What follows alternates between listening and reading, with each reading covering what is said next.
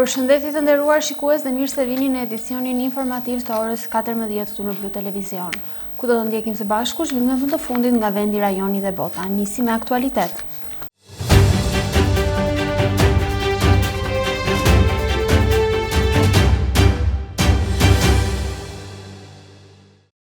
Një aksion i gjerë pastrimi në zonën e Bregdetit në Arzëvërnec është organizuar këtë të premte nga institucioni i prefektit të qarkut të Vlorës. Të përfshirë nxënës të shkollave nëntëvjeçare dhe të mesme, përfaqësues të institucioneve, por dhe vullnetar, midis të cilëve dhe vullnetar të huaj. Rreth 600 persona morën pjesë në një aksion të gjerë pastrimi në zonën e Bregdetit në Arzëvërnec, të organizuar nga prefektura e qarkut të Vlorës. Në këtë aksion morën pjesë nxënës të shkollave nëntëvjeçare dhe të mesme të qytetit, përfaqësues të institucioneve lokale dhe atyre qendrore, administrata e zonave të mbrojtura, forcat armatosura, por edhe vullnetar, midis tyre edhe vullnetar të huaj. Prefekti e qarkut të Vlorës Evi Sallushi thotë se aksioni i iniciuar nga Ministria e Mjedisit ka për qëllim që të tilla nisma të vazhdojnë e të shtrihen në çdo periudhë të vitit në të gjithë qarkun e Vlorës. Sipas Sallushit, ky aksion vjen në prag të çeljes së sezonit veror dhe synon të ndërgjegjësojë qytetarët për të mbajtur pastër Bregdetin, mjedisin dhe ambientin ku jetojnë. Një aksion masiv për pastrimin e zonës Bregdetit. Ky aksion është iniciuar nga Ministria e Mjedisit, por në fakt ne duam që iniciativat të tilla t'i vijojmë dhe të jetë kjo një iniciativë pararendse që më pas ne të vazhdojmë edhe në zonat e banuara. Duam që të nxisim vullnetarizmin dhe përgjegjësinë qytetare dhe në javët në vijim këto iniciativa për pastrimin e qytetit i shtrim edhe në bloqet e banimit. Paralelisht me Bashkinë e Vlorës është duke u zhvilluar ky aksion pastrimi edhe në Bashkinë Himar edhe në Bashkinë Sarand. Kjo është një masë sensibilizuese për sezonin turistik? Po, është një sensibilizim i përgjithshëm qytetar për zonat bregdetare në prag të sezonit turistik, duke qenë se nga java që vjen edhe në vijim çelë sezoni turistik në të gjitha bashkitë bregdetare në qarkun e Vlorës, por edhe më tej. Ndërkohë nga zona e Bregdetit në Arzëvërnec, por edhe në brendësi të pyllit të sodës, u pastruan këtë të premte me qindra thasme mbeturina, të cilat janë hedhur në brendësi të pyllit të sodës dhe Bregdetit nga dora e njeriut. Projekt vendimi i cili propozonte tarifën për plazhet prej 700 lekësh, Atir Doça, këshilltari i djathtë bashkiak, saktëson për qytetarët se ky projekt vendim nuk është miratuar, por ka mbetur si një propozim për të diskutuar sërish në mbledhjen e radhës, ndërsa thotë se kjo tarifë është hartuar për arsye klienteliste. Këshilli Bashkiak i Vlorës u mbrodh pak ditë më parë për të diskutuar tarifën e plazheve. Atir Doça, këshilltar bashkiak, thotë se në tryezë erdhi një projekt vendimi i cili propozonte që tarifa të ishte 700 lekë. Tarifë kjo e kundërshtuar menjëherë nga këshilltarët e opozitës. Hoxha saktëson për qytetarët se ky projekt vendim nuk është miratuar, por ka mbetur si propozim dhe do të diskutohet në mbledhjen e Këshillit Bashkiak të muajit prill. Tarifa që kërkon Bashkia e Vlorës të vendosë për plazhet, sipas Hoxhës, është tepër e lartë pasi qytetarët paguajnë gjatë kohës në çdo vit për këto plazhe në taksën e pastrimit, por edhe bizneset gjithashtu. Për plazhet, Hoxha mendon se duhet vendosur tarifa prej 500 lekësh, e cila është më e favorshme dhe Këshilli Bashkiak sipas tij duhet të respektojë dhe ata antarë të Këshillit Socialist që votuan për këtë tarifë. Hoxha thotë se ky projekt vendim është hartuar për arsye klienteliste. E para njerë unë duhet të bëj një saktësim këtu, sepse ka pasur një abuzim dhe shikoj shpesh edhe tentativat, ndofta nuk mund të konsideroj dashakejse, po tentativa për të bërë lajm me të pavërteta. E para njerë ky projekt vendim nuk ka kaluar në Këshillin Bashkiak. Pavarësisht se administrata ekzekutive e bashkisë ka paraqitur një projekt vendim për të tarifuar plazhin publik me një vlerë 700 lekë ose 7000 lekë të vjetra, ne kemi pasur një debat dhe unë personalisht kam mbajtur qëndrimin që këto plazhe do duhet që të ngelen absolutisht publike, pa pagesë. Insistoj dhe e theksoj që këto plazhe duhet të mbeten publike pa pagesë. Është e pakonceptueshme që një qytet si Vlora, kur pothuajse gjithë hapësira e plazheve tashmë i nënshtrohet kontratave, partneriteteve, investimeve strategjike, edhe ai pak plazh publik që kishte ngelur, Bashkia Ekzekutive, kryetare e bashkisë zonja Mersini, tenton nëpërmjet Këshillit Bashkiak t'u japi klientëve të saj. Në këtë mbledhje që ne kemi lënë pas dhe që për fat keq thash edhe një herë, ka një dezinformim ose një paqartësi edhe për qytetarët, nuk është miratuar një tarif 5000 lekë, sepse kam parë shpesh që thonë që është miratuar. Ka ardhur një propozim nga një këshilltar opozitar, për cilin ne kemi tentuar për të kuptuar edhe qytetarëve që pavarësisht se këta japin argument që duhet të tarifohet, pse duhet të jetë kjo shifër, sepse shifra për 7.000 lekë, ashtu siç edhe kemi argumentuar, ishte shifra maksimale e tarifimit. Por thash edhe një herë, kjo shifër nuk është miratuar dhe ne, edhe në mbledhjen e ardhshme, e cila do të riparaqitet përsëri ky projekt vendim, ne do të mbajmë qëndrimin që ky plazh duhet të jetë pa pagesë. Duhet të jetë një plazh i cili duhet të shërbejë qytetarëve të Vlorës, siç u ka shërbyer deri sot dhe nuk ka pse të tarifohet. Në të njëjtën kohë, theksoj që qytetarët e Vlorës paguajnë për këtë plazh, paguajnë për mirëmbajtjen, për pastrimin, për gjelbërimin e të tjera si këto. Për këtë arsye mendoj që qëndrimi jonë është i qartë, është i pastër. Ne do të vazhdojmë të insistojmë që ky plazh të mbetet pa pagesë. Ktu dua të ritheksoj arrogancën, kokforcinë, mosdakordsinë me Këshillin Bashkiak, midis të cilëve edhe këshilltar socialist, të cilin gjen kryetaria e bashkisë, sepse mendojnë që edhe Këshilli Bashkiak është një institucion në varësi të saj, e cila nuk është e vërtet, sepse këto janë dy institucione të pavarura. Këshilli Bashkiak ka element kontrollues ndaj ekzekutivit, është Këshilli Bashkiak ai i cili vendos se si do duhet të jenë të orientuara politikat e ekzekutivit.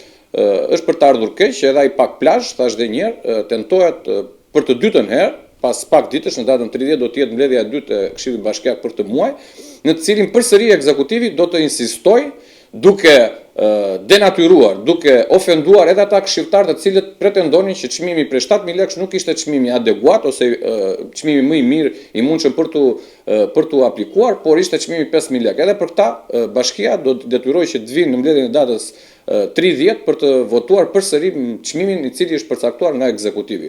Nuk është çmimi i cili ka një kosto, po themi, financiare për të cilën nuk mund të shmanget, por është vetëm dëshira për të grabitur përsëri dhe atë pak plazh publik që ka ngelur, duke cilësuar tashmë plazh publik, por me pagesë. Pritet me mjaft interes mbledhja e Këshillit Bashkiak të muajit prill, e cila do të zhvillohet në datën 30 për të parë edhe qëndrimin që ky institucion do të mbajë në lidhje me tarifën e plazheve. 6 muaj nga nisja e aksionit për zhvendosjen e automjeteve të braktisura nga hapësirat publike, duket se asgjë nuk ka ndryshuar. Mjetet të cilat ndodhen prej vitesh në hapësira të tilla nuk janë larguar ende, ndërsa nuk ka asnjë informacion. Në shtator të vitit të kaluar nisi një aksion i përgjithshëm për largimin e të gjitha automjeteve të braktisura në pikat e grumbullimit, të cilat prej vitesh zinin hapësirat publike duke përfshirë edhe qytetin e Vlorës. Në shtator të vitit të kaluar nisi një aksion i përgjithshëm në të gjitha pikat e grumbullimit të automjeteve duke përfshirë edhe qytetin e Vlorës. Me njëherë më pas nisi edhe inventarizimi të gjitha mjeteve të cilat qëndronin prej vitesh në këto pika të grumbullimit, por ndërsa jemi tashmë në prill të vitit 2026, më shumë se 6 muaj nga aksioni, asgjë nuk ka ndryshuar. Automjetet vijnë të qëndrojnë stok në pikat e grumbullimit, ndërkohë që u deklarua atëherë se këto hapësira do të shërbenin për qytetarët, por edhe për pushtetin mendor. Por duket se asgjë nuk ka ndryshuar. Automjetet vijnë të qëndrojnë në pikat e grumbullimit ashtu si 6 muaj më parë. Menjëherë, pas nisjes së aksionit filloi edhe inventarizimi i mjeteve me qëllim përcaktimin e fatit të tyre. Ky aksion kishte si synim lirimin e hapësirave të zëna nga këto automjete dhe vënien e tyre në dispozicion të pushtetit vendor dhe qytetarëve. Por, ndërsa ndodhemi në muajin prill, më shumë se 6 muaj nga nisja e aksionit duket se asgjë nuk ka ndryshuar. Mjetet të cilat ndodhen prej vitesh në këtë hapësirë nuk janë larguar ende, ndërsa nuk ka asnjë informacion të qartë se çfarë do të bëhet me to dhe kur kjo hapësirë do të lirohet. Largimi i mjeteve u deklarua se do të kryej edhe për shkak të ndotjes si ato shkaktojnë, por duket se aksioni i nisur në shtator të vitit 2025 ka mbetur vetëm në letër pas një reagim konkret për zhvendosjen e tyre. Specialistë të drejtorisë vendore të kadastrës në Vlorë janë vendosur në fshatin Llakatund për të kryer matjet për të gjitha objektet e ndërtuara pa leje, si dhe për shtëpitë e vjetra të ndërtuara para gushtit të vitit 1991, së bashku me trojet funksionale dhe oboret në përdorim. Agjencia Shtetërore e Kadastrës po vijon punën në teren në Llakatund të Vlorës në kuadër të procesit të evidentimit, matjes dhe dokumentimit të objekteve informale dhe pasurive të paluajtshme. Mësohet se specialistët e drejtorisë vendore në Vlorë janë në teren pikërisht për kryerjen e matjeve për të gjitha objektet e ndërtuara pa leje ose në shkelje të saj, si dhe për shtëpitë e vjetra të ndërtuara para datës 10 gusht 1991, së bashku me trojet funksionale dhe oborret në përdorim. Ndërkohë mësohet se paralelisht me punën në teren, në zyrë vjon hartimi i dokumentacionit tekniko-ligjor për çdo pasuri. Më pas të dhëna do të afishohen për një periudhë 30 ditore për të mundësuar çdo kontestim të mundshëm nga qytetarët. Jemi llakatun të Vlorës për të evidentuar shtëpitë e vjetra të ndërtuara para vitit 1991. Pasi të kryet evidentimi i matjeve në teren, do vazhdojmë me përpunimin e të dhënave dhe më pas do të kryet afishimi publik që zgjat 30 ditë. Ky proces nuk ka më kthim mrapa, pasi ne jemi futur dhe për tokat e menaxhimit, edhe për pjesën e legalizimit për objektet qoftë para në thënjeshit, qoftë mbrapa në thënjeshit. Qa keni njerëz, do me thënë, që janë dhe në Greqi, në Itali, që janë emigrantë, që kanë shtëpi, duhet i orientoni të vinë gjatë këtij muaji, se ne do jemi ditë për ditë. Sipas kësaj drejtorie, synimi i procesit është pajisja me titull pronësie e të gjitha objekteve që përmbushin kriteret ligjore, duke përmbyllur një proces të gjatë për shumë banorë të zonës. Ndërkohë, përfaqësuesit e kadastrës mësohet se kanë kërkuar bashkëpunim nga qytetarët, përfshirë dhe emigrantët që të paraqiten dhe të përfundojnë procedurat përkatëse, duke theksuar se procesi tashmë ka hyrë në një fazë të pakthyeshme dhe përfshin si tokat në menaxhim, ashtu dhe legalizimet për objektet e ndërtuara para dhe pas vitit 1991.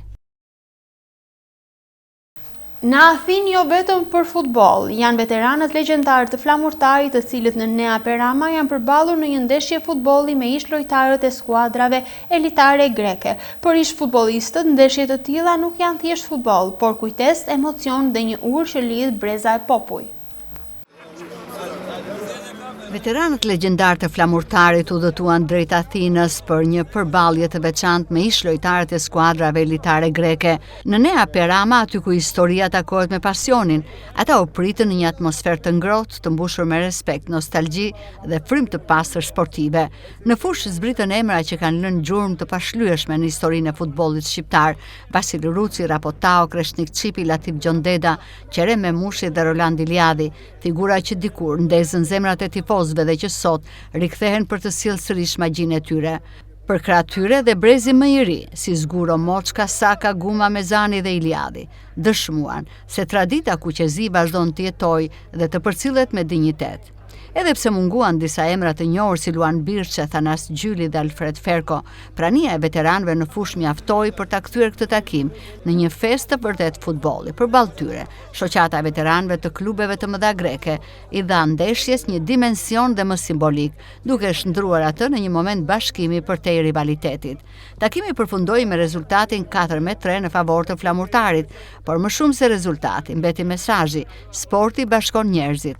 Nuk ishte thjesht një ndeshje miqësore, por një festë e vlerave, respektit dhe historisë së përbashkët sportive shqiptaro-greke, ku fituesi i vërtet është vetë futbolli. Dhe kjo histori nuk ndalet këtu. Vlora pritet që në muajin maj të mirëpres një skuadër angleze, ndërsa më pas Flamurtari do të udhëtojë drejt Barcelonës për një tjetër përballje prestigjioze me veteranët e gigantit katalanas, kapituj të rinj që premtojnë të vazhdojnë këtë rrugëtim emocionesh dhe krenarie sportive. 2 makina janë përplasur brenda tunelit të Llogaras. Menjëherë në vendngjarje mbërritën forcat e policisë rrugore, ambulanca dhe shërbimi zjarfikës, të cilët kanë ndërhyrë për të menaxhuar situatën, për të ndihmuar të lënduarit dhe për të garantuar sigurinë në tunel. 2 makina janë përplasur brenda tunelit të Llogaras. Në aksident janë përfshirë një makinë tip BMW dhe një Volvo. Menjëherë në vendngjarje kanë mbritur forcat e policisë rrugore, ambulanca dhe shërbimi zjarfikës, të cilët kanë ndërhyrë për të menaxhuar situatën, për të ndihmuar të lënduarit dhe për të garantuar sigurinë në tunel.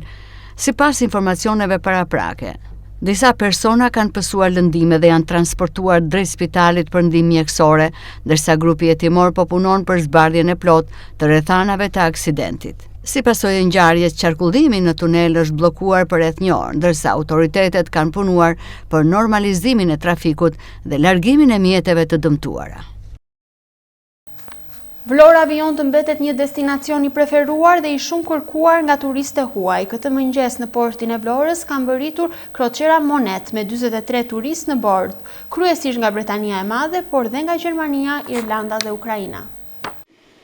Mëngjesin e kësaj të premteje në orën 7:45 në Vlorë mbërriti Crociera Monet me flamur të Kingstown. Në bord ndodhen 48 pasagjerë, turistë nga vende të ndryshme si Kroacia, Portugalia, Gjermania dhe Anglia, të cilët do të vizitojnë disa nga pikat turistike të zonës. Crociera Monet ka ardhur nga Durrësi dhe do të qëndrojë në portin e Vlorës deri në orën 20, për të nisur më pas drejt destinacionit të radhës, Sarandës. Vlora po kthehet gjithnjë dhe më tepër në fokus të turistëve të huaj, të gjithë atyre të cilët e zgjedhin qytetin duke ardhur në këtë të fundit me anë të kroçerave.